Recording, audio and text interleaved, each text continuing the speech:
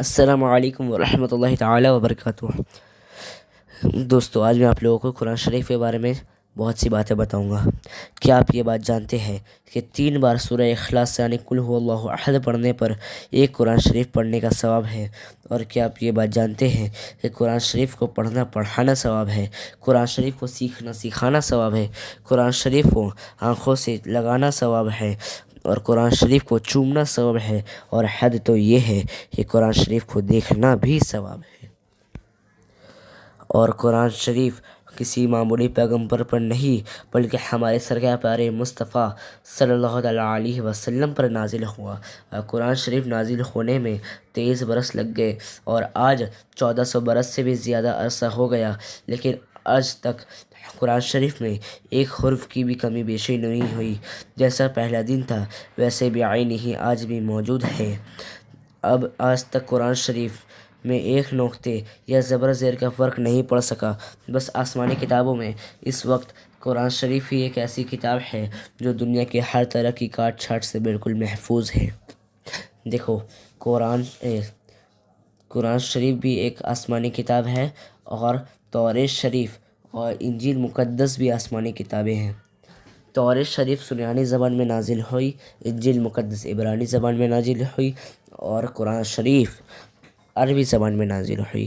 آج تم عرب، ایران، چین، جاپان، مصر، شام، ترکی، جرمنی، فرانس، افریقہ، امریکہ، دنیا کے جس کونے میں چلے جاؤ تمہیں قرآن شریف عربی ہی زبان میں ملے گی، لیکن تم اصلی توریت و انجیل کے لیے پوری دنیا چھان مرو، تمہیں سریانی زبان والی توریت اور عبرانی زبان والی انجیل کہیں نہیں ملے گی۔ اب میں آپ لوگوں کو ایک واقعہ سناتا ہوں۔ عرب کے کافروں کو اپنی عربی زبان پر بڑا ناز تھا۔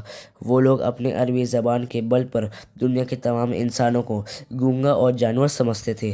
جب قرآن مجید عربی زبان میں نازل ہونا شروع ہوا اور حضور اکرم صلی اللہ علیہ وسلم نے قرآن مجید کی آیتیں عرب کے کافروں کو سنائی تو انہوں نے قرآن کو خدا کا کلام ماننے سے انکار کر دیا، اور بولے کہ یہ تو کسی انسان کا بنایا ہوا قرآن ہے، معاذ اللہ۔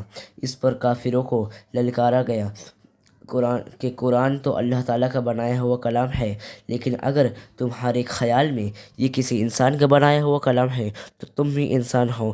تم میں جتنے آدمی قابل اور اونچے دماغ والے ہیں، تم سب مل کر زور لگاؤ اور قرآن جیسی کوئی ایک سورہ بنا کر پیش کرو۔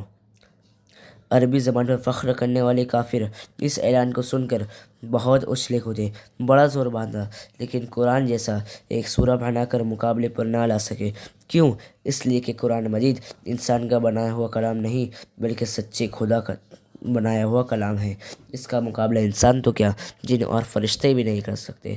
اس لیے یہ حقیقت سینکڑوں برس پہلے سے ثابت ہو چکی ہے کہ قرآن شریف اللہ تعالیٰ کا برحق اور اس کی سچی کتاب ہے۔ پھر آج بھی ہر آدمی سے قرآن کا یہ سوال ہے کہ بتاؤ، تم مجھے خدا کا کلام مانتے ہو یا انسان کا؟ اگر جواب دینے والا یہ کہہ دے کہ اے قرآن، میں تجھے خدا کا کلام مانتا ہوں، تب تو اس کی رہائی ہے۔ اور اگر جواب دینے والا یہ کہہ دے کہ اے قرآن، میں تجھے خدا کا کلام نہیں مانتا، میں تجھے انسان کا کلام مانتا ہوں، تو قرآن گرج کر فرماتا ہے، اے انکار کرنے والے، تو اتنا کہہ کر چھٹی نہیں مار سکتا۔